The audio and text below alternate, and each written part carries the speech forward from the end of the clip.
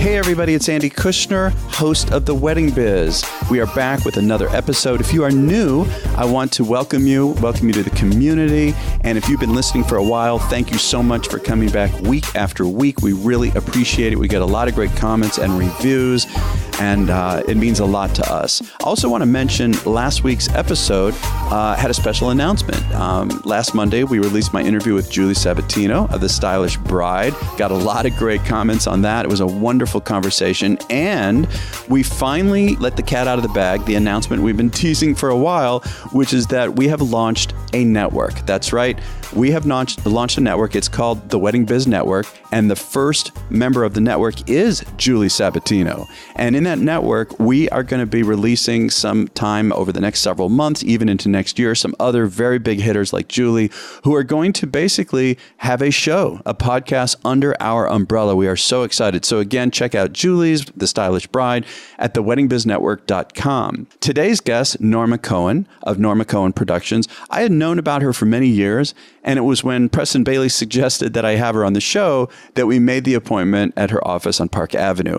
And Norma started her company nearly 30 years ago in New York City, and she has planned numerous events at some of the most iconic spaces in the city and also some of the most luxurious destinations in Europe. She has done it all from just incredible storybook weddings to just jaw-dropping sophisticated soirees, and it was really fun getting Norma's story. And it's unusual in that she started in the industry really, really young and in a very tight-knit community, basically in a Jewish Sephardic community, and she has never needed to do any PR. Can you imagine 30 years, totally packed, very high-end planner, designer. It's all word of mouth for her. She's never even had a business card. And though it sounds easy, there are still plenty of challenges that come along with that kind of a situation. She talks all about it. Norma's full of energy, and she combines class with fun. And I urge you to listen to our follow-on segment with each interview, The Next Level, in which my co-host, Melissa Fancy, and I kind of tease out some of the highlights of the interview and help break them down to deliver specific tactics and tips to help you raise your business to the next level. So be sure to check out The Next Level. And now my conversation with Norma Cohen.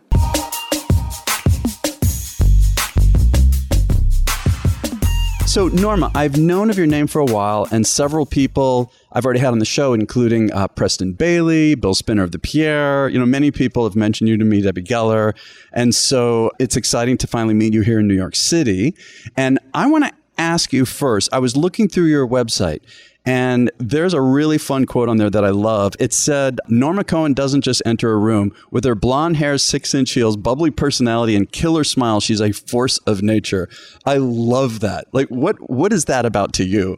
It's literally what happens when I walk into the room. I'm always in high heels, even on the job, even through the night. Oh my God. And I'd like to be an uppity kind of a person. So I like to be chipper and make everybody around me have fun while we're installing an event. Yeah. Or doing an event. Because at the end of the day, I want everybody around me to be happy. So if the leader is happy and positive and excited, everybody underneath will follow suit. Yeah, I agree. I mean, planner designer really sets the tone for the whole team, you know, just like with any of the partners, right? Yeah. I mean, I think that's really important. I love that you do that. I like that you really make that deliberate. And I'm curious about when all this started to hit you. I mean, growing up, are you from the New York City area? I grew up in Brooklyn, in the Midwood area. And yeah, I was 12 years old, and the girls were being nasty or not nice. What, at school, that kind of thing? In school. And there was a building called the Sephardic Community Center that was a place that all of the community members would go, seniors and young adults and kids and parents and yoga and exercise. And I went in and I started planning the 8th grade parties. So I was 12. What do you think grabbed you at that time at such a young age? I don't know. I definitely have the genes from my parents. Each one has something that really is great ingredients. My dad is an amazing businessman, and my mom is very creative, and nobody hosts nicer than her. So it's definitely, have the gene. Were they go-getters? Were that kind of people? Definitely go-getters. Definitely go-getters. So when I told my mom I wanted to start working in the center, she was very open to it. And she was always also very open-minded to the fact that I would be going after school to this place and spending many hours there. So after a few years of getting this free experience with other people's money, charity money. Yeah. I got the skills to plan events. But wait. I'm still trying to understand, Norma. At the age of 12, I mean, like, what kind of skills are we talking about? I would plan parties and I would plan plays and I would make fashion shows. It's on a 12-year-old level. I used to have a notebook and we used to make parties and get-togethers.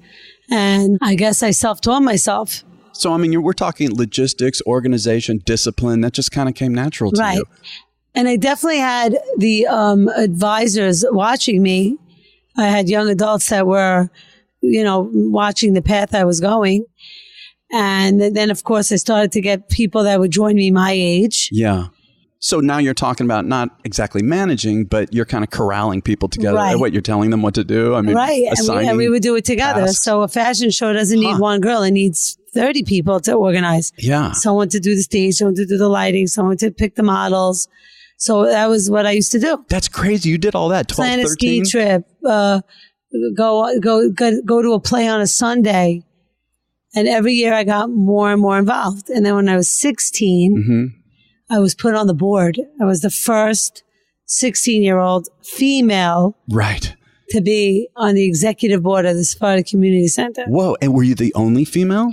I wasn't the only female, but there were very few. Wow. And that young. I was definitely the youngest. What did the older guys, especially Sephardic, we're talking really like old-fashioned, conservative and traditional. It was definitely, it was against everybody's wildest dreams. People used to call my mom and say, "What are you doing?" She's a young Jewish Sephardic. Yeah. And it was against all of their beliefs. But my mother believed in me and said, I'm going to let her do what she needs to do. But do you remember like the challenges that you must have encountered? I remember them vividly. As a matter of fact, tomorrow I'm speaking in my community. The best you could be. That's the topic. And I'm going to be talking about the challenges that I faced as a teenager and all of the negative talk that went along with it. Yeah. And that I was able to fight it and prove everybody, in my opinion, wrong. So did you see like a turnaround with the group of people after time? Well, forward now, yes. I'll get into that in a minute. But do you want me to continue my path after 16? Sure, we'd love to hear that. So after 16, after I became on the board and these men were my mentors, brilliant men, real estate, retail stores, very, very movers and shakers of the community. Yeah. At 18, I opened up my first company called Party Expressions. Come on, at 18? And I have the chills telling you about it because it really feels like yesterday. And I literally started doing little bat mitzvahs and bar mitzvahs and little baby girl parties and charity events.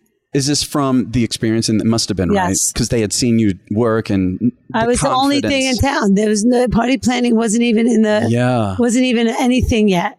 There were maybe very few that we didn't even know about, maybe very few. It wasn't even a field. And at that time, by the way, let me remind you, my strong points was my organizational skills. I had no design at all. Yeah. At all. I wasn't artistic. I was really an event planner. And I'm great with numbers, so my budgets and all that. Through the years, the design aspect came in to play very much. How did you accomplish that in the beginning? Did you bring on other people who were creative, or you just did the best you could? I did the best I could. They were small things. They were small things. It was just so I was 18. I worked my company for 3 years. I was just about to open up a store in the Jersey Shore for the summer, a balloon store. I was dating my husband and I took him for lunch on June 10th. And I said, are you in or you're out? It's summer. I need to know what's the story. He says, I'll be engaged in a week, but you need to go out of business.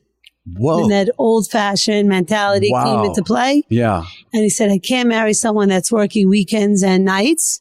And I call it bankrupt. I lost all my money. Come on. I closed the store. I never opened it, actually. Yeah. And I got engaged.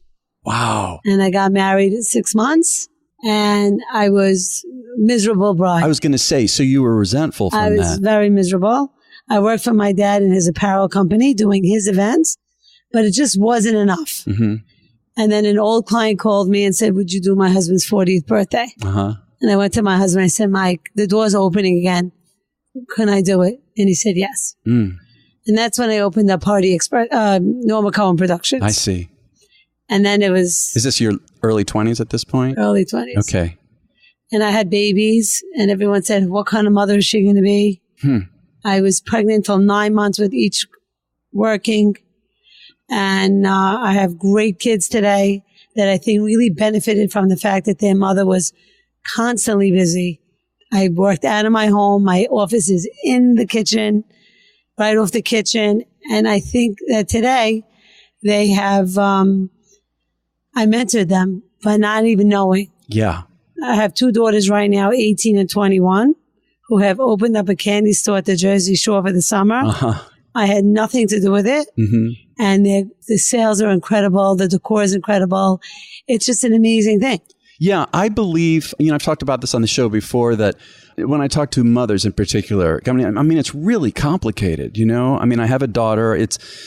I wanted to be the most present father I could be, but I knew still it is so much more complicated for the mother, And so for you to work during that, I think about how the kids, that's all they know, right? They're growing up. They don't see anything else. So they're growing up with this female role model, which I think is really powerful. And also for the boys. You have boys too? You have 4 kids, right? I have 2 boys that are teenagers, 27 and 25, and they are real workhorses. They are definitely not going on the normal train that the Sephardic Jewish Brooklyn people do. Yeah. My sons went to Wharton, graduated, doing, apps. One son went to work for Apple for a year. Like, they're definitely going through the process, and they're open-minded. And knowing that their mother and father are behind them, it's very helpful. But Norma, even though, I get all of this and I understand, and we're talking about the role modeling and how much it's impacted them, but as far as building a business, the kind of business you've built, which is highly successful, you're in New York City. I mean, eventually we're going to get to all over the world, but it's intense here, and you're raising 4 kids. How did you balance it? I gave up certain things as the time went on. Like, I used to be an amazing tennis player. So tennis automatically was no, I couldn't, I didn't have no more time. Then it was exercise. I didn't have time to exercise because I would roll downstairs and I would get to my desk and I would start working. Yeah. Lunch with my friends, completely. Oh, really? Your social life took a hit. Listen, so I believe in everything in moderation. Mm-hmm. And my motto is work hard, play hard. So I omitted that, the lunch with the girls. It's not a big deal. I'm doing other things. Mm-hmm. I'll meet them for happy hour at 5. But, I'm staying in touch with what I need to do, but that's it. And then, when the kids needed me, you just take less on, or you just manage it better. Yeah. And I imagine you started to build a staff and all of that. Yeah, I was just going to say my personal life has a lot of staff involved. That's very helpful. I have a cook at home and I have a living at home. Those things that take up a mother's time, I have someone able to do it for me. Because I said I'd rather be with my kids than actually cook this pasta that will take them 30 seconds to gobble down. Yeah. So I made that decision a long time ago. So when was your first wedding? So my first wedding was, I would have to say, 24 years ago, 25 years ago. My best friend, we married a man that had children, and they gave me my first opportunity to make an engagement party and a wedding. And I always tell people that was my lucky charm, because I was able to show people that I was capable to make a first-class wedding. But how did you know what to do? Skills. And I just learned. And every time I did a party, I learned from something else. I was the first one to make an engagement party with tents and hanging flowers and chandeliers. Yeah, I read something about, the engagement party and the wedding. It was the first time lighting was used to change the ambiance of a room. That's pretty big. Yeah. Do you remember how that came about, the idea? I realized that if I'm going to put these beautiful flowers in a room, I have to light them, otherwise don't bother. So it's a big part of my company right now is that lighting is as important as the decor. I think so too. I think absolutely. Can you take me through your general process now as far as, from meeting a prospective bride and through the end?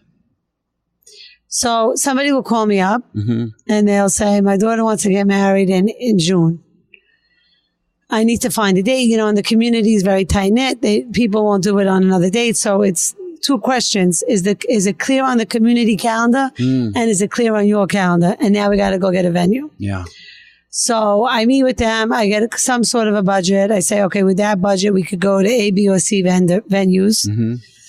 And we start the process. Once we find the venue, I produce a budget. I will not enter an event without a full budget that the client is going to sign off on, so that at the end of the day, I didn't redesign this whole party and I'm out of my budget. But do you build, just for a moment, if you don't mind, do you build in some kind of percentage for last minute or just unexpected things?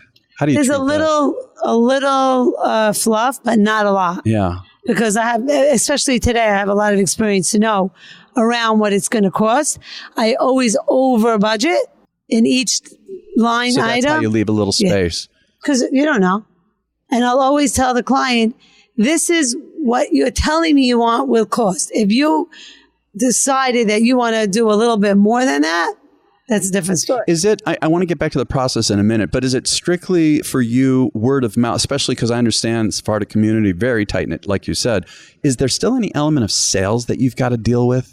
I mean, I don't want to get all spiritual and religious, but thank God I don't even have business cards. So I've been word of mouth my whole career.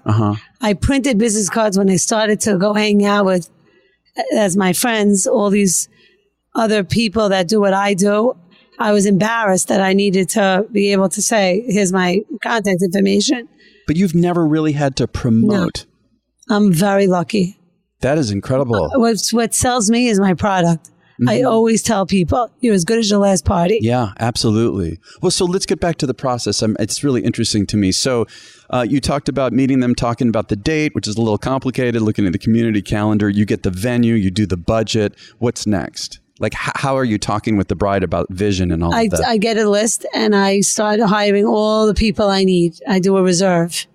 Do you have a typical team, or are you always changing it up? I mean, I'll have 3 florists. I really only have 1 or 2 lighting guys, sound, security, flowers. And I go down the list. We discuss photo, video. I hire everyone. And then I do like a design meeting. I meet with them and we say, what's the feeling you want? Some people want a garden. Some people want modern. And it evolves through the process. Like today, I met with a woman that we were doing an all-white wedding with a touch of black. And I was doing a white chair back and she was away. And I said, could you come over at 8 o'clock this morning? And I showed her a black chair cover. She flipped. She loved it. Yeah. It just evolves while the process is going on. Well, and you were talking about how in the beginning you had like zero design sense. Zero. And you've since developed it. Is it just from experimentation, or did you go, I don't know, do any kind of study, training? I never went to college. Right now, after a few years, I found that there was an event school that I didn't know about it. I did go to FIT and take window design. And I spent a lot of time doing like projects that maybe helped my skills that I don't really know about. Yeah. But literally every time I did a party, I came up with another idea. And you were talking earlier about, in a sense, reinventing yourself. You said you're only as good as your last event, your last party. So you're constantly challenging yourself? Myself, and I can't redo something because my audience is the same audience at every party. Oh my God. You can't. I can't. So it's funny.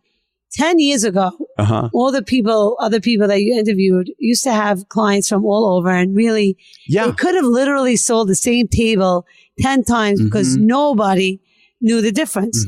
10 years ago, I couldn't do that because it's the same people. It's the same venue most of the time, and it's the same people. But today with social media, everybody's the same now. That's right. Because that table in 1 second is all over the world. And no one is going to hire this fancy decorator and going to get the same centerpiece. That's right. So now we're all the same. We were never all the same because I always had to come up with something new. Oh, that's really interesting.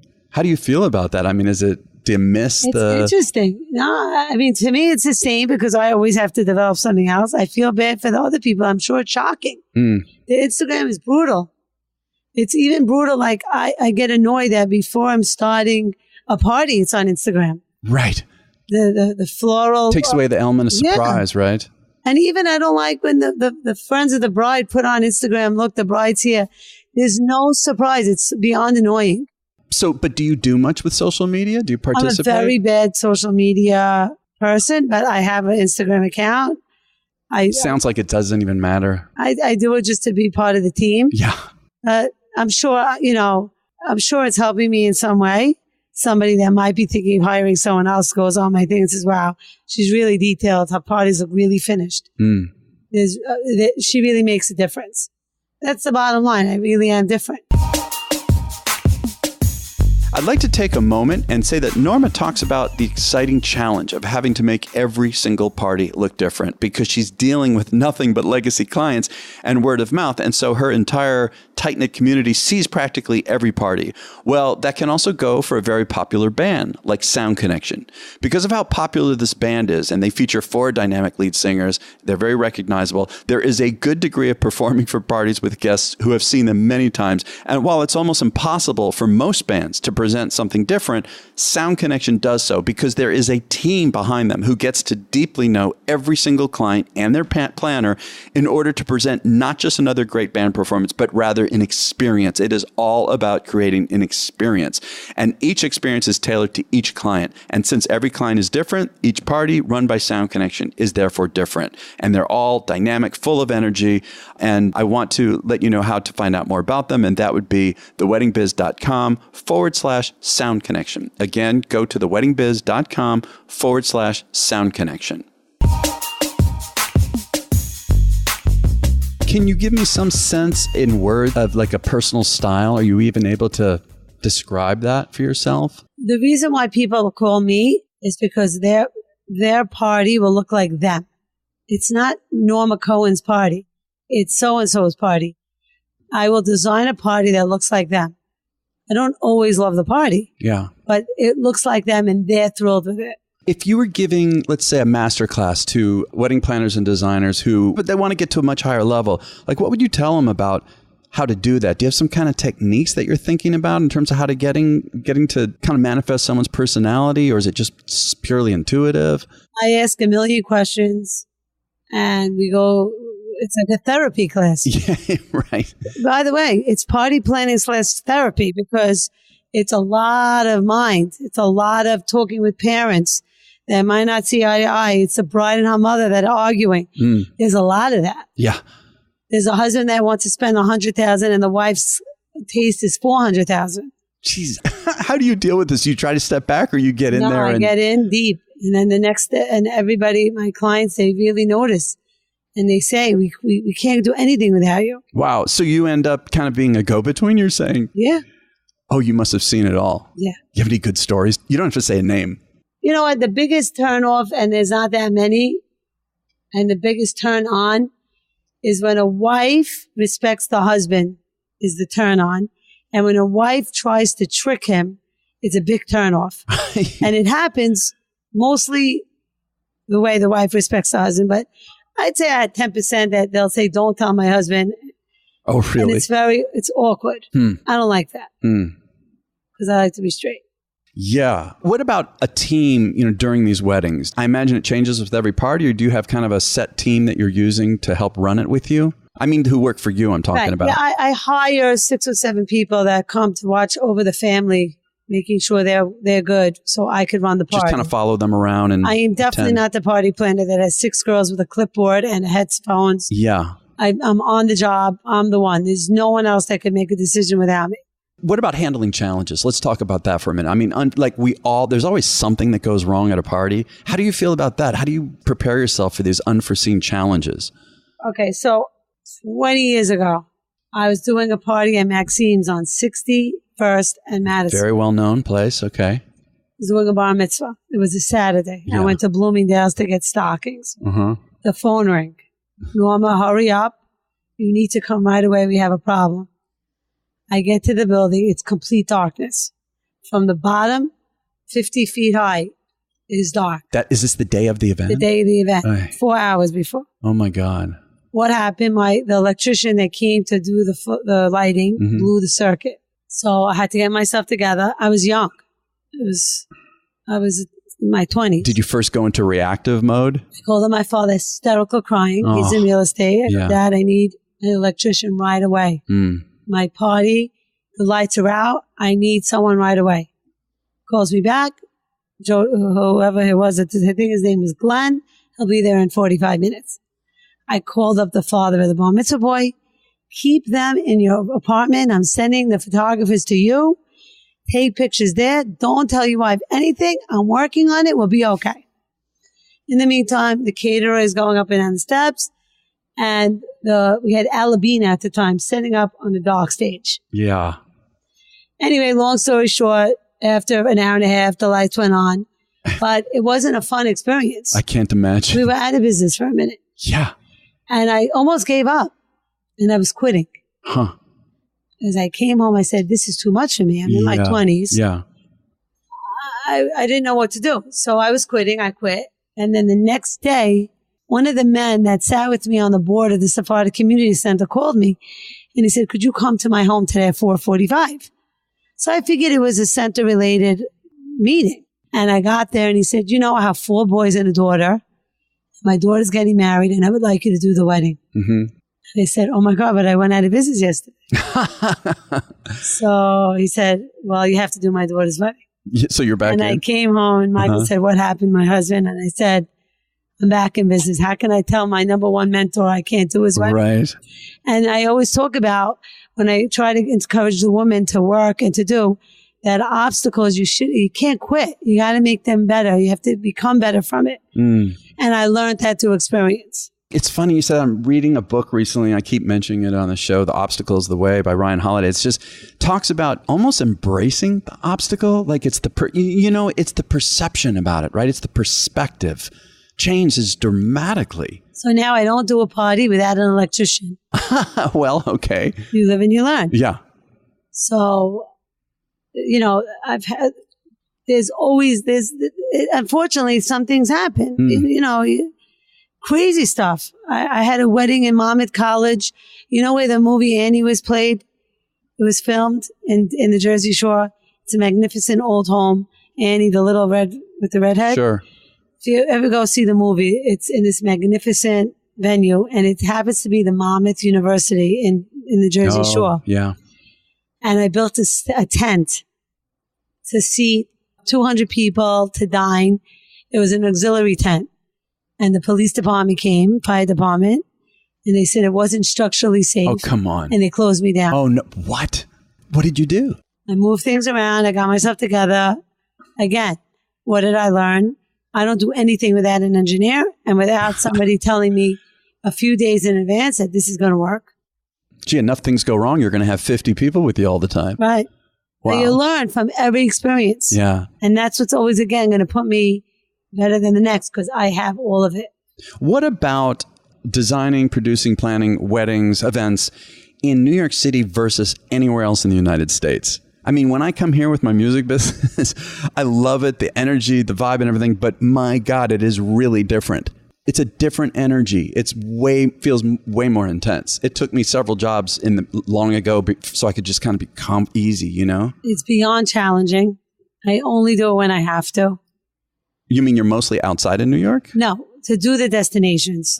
Is that what you asked? I was asking New York City versus elsewhere. So destination I was talking about the intensity in New York. Yeah. But New York is my home. Well, that's true. That's all you know. I have my team here, my vendors here. That's all you know. These are my people. They know how I'm thinking, feeling. I read that you've done stuff at some just outrageous, glamorous locations in Europe and all over the place. If it's so hard, why do you do it? And how do you do it? Because I have clients that don't take no for an answer, who I adore and love. Mm-hmm. And with enough time, I can figure it out. So I challenge myself, and thank God I had a lot of great destinations that have been really superb. Mm-hmm. It's not my favorite thing. And while I'm going through the motions, I want to kill myself.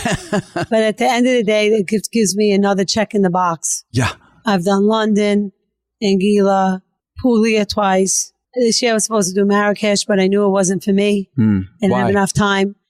My New York business was very busy. I didn't want that to sacrifice, and I declined it. And, the client wasn't so happy with me. I'm sure they'll never use me again. They were a big client, but I had to do what was right for me and my clients that already booked me. What do you do about teams, when you're traveling like this? I bring them. I don't bring my florist. Yeah.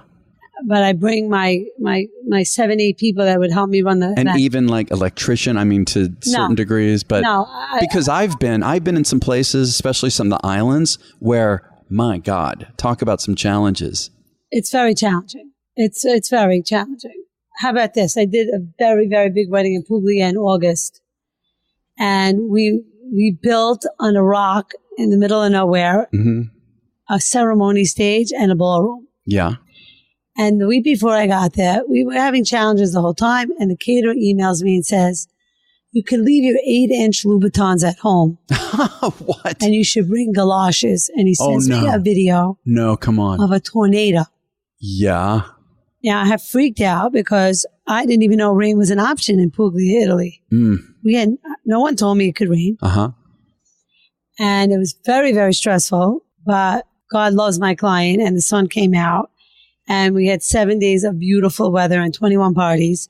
And it was amazing, but it was really risky. Can you tell me maybe a story or two of some of your favorite, and let's stick with weddings, some of your favorite weddings, wherever they were, so a little detail about them that you really think back and you just, special for you. Okay, so one of my favorite weddings was I had a client that was willing to invite 350 people. Now, my clients are not usually like that. They invite 1,000 people. She wanted to get married in the New York Public Library. And they don't allow I did more a wedding there. Yeah. 350 people. And they have a list. And if 350 won't come in, you're out of business. Really? Okay.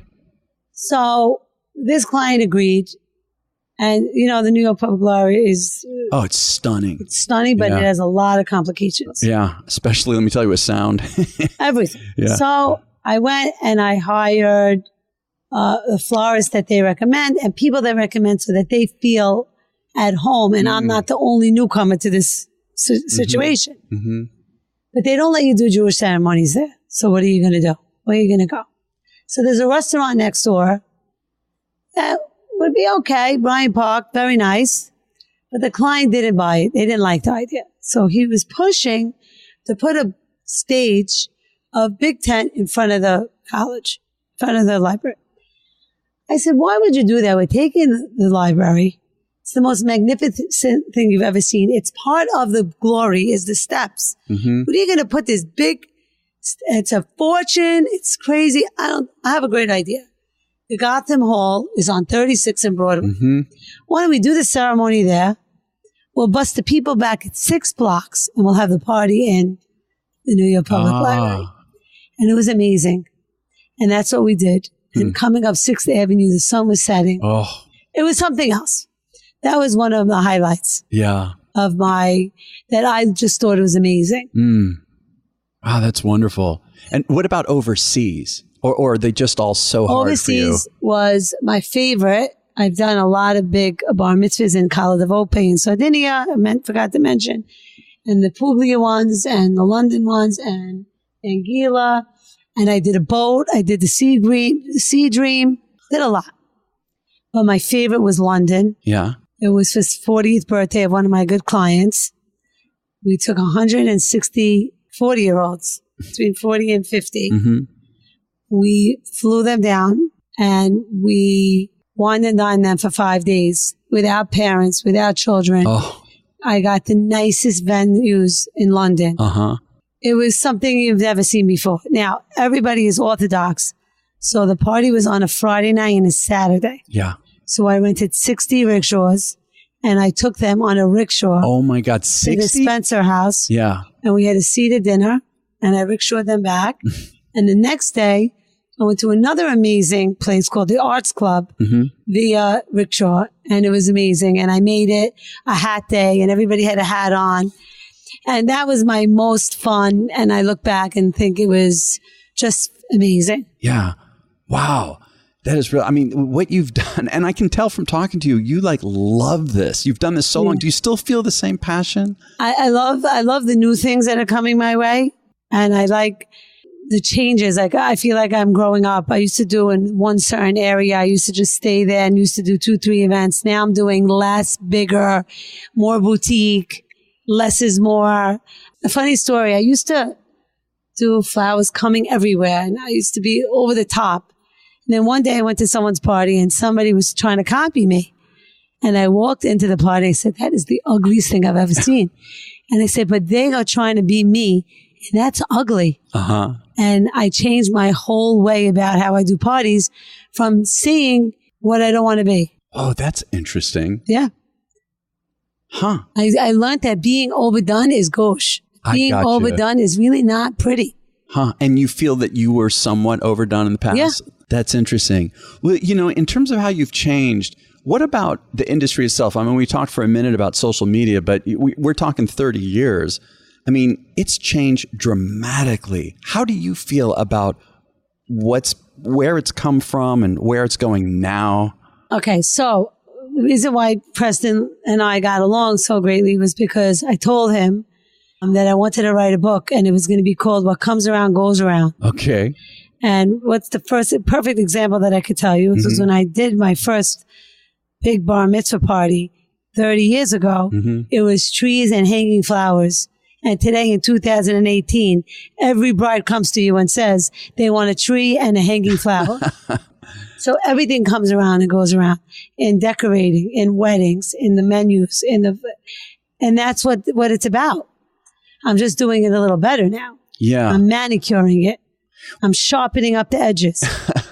What about the change in decision making? I don't know, maybe in the Sephardic community, it's still mostly parents, but there seems to be a whole different element with millennials coming in. I mean, I hate to label, so I don't really want to say it that way, but it seems that expectations are different, right? People are educated in a different way and maybe not always in the way we prefer. You know, again, they're referring to Instagram, Pinterest, all this different stuff. What do you think about that? Are you noticing a change? Major change.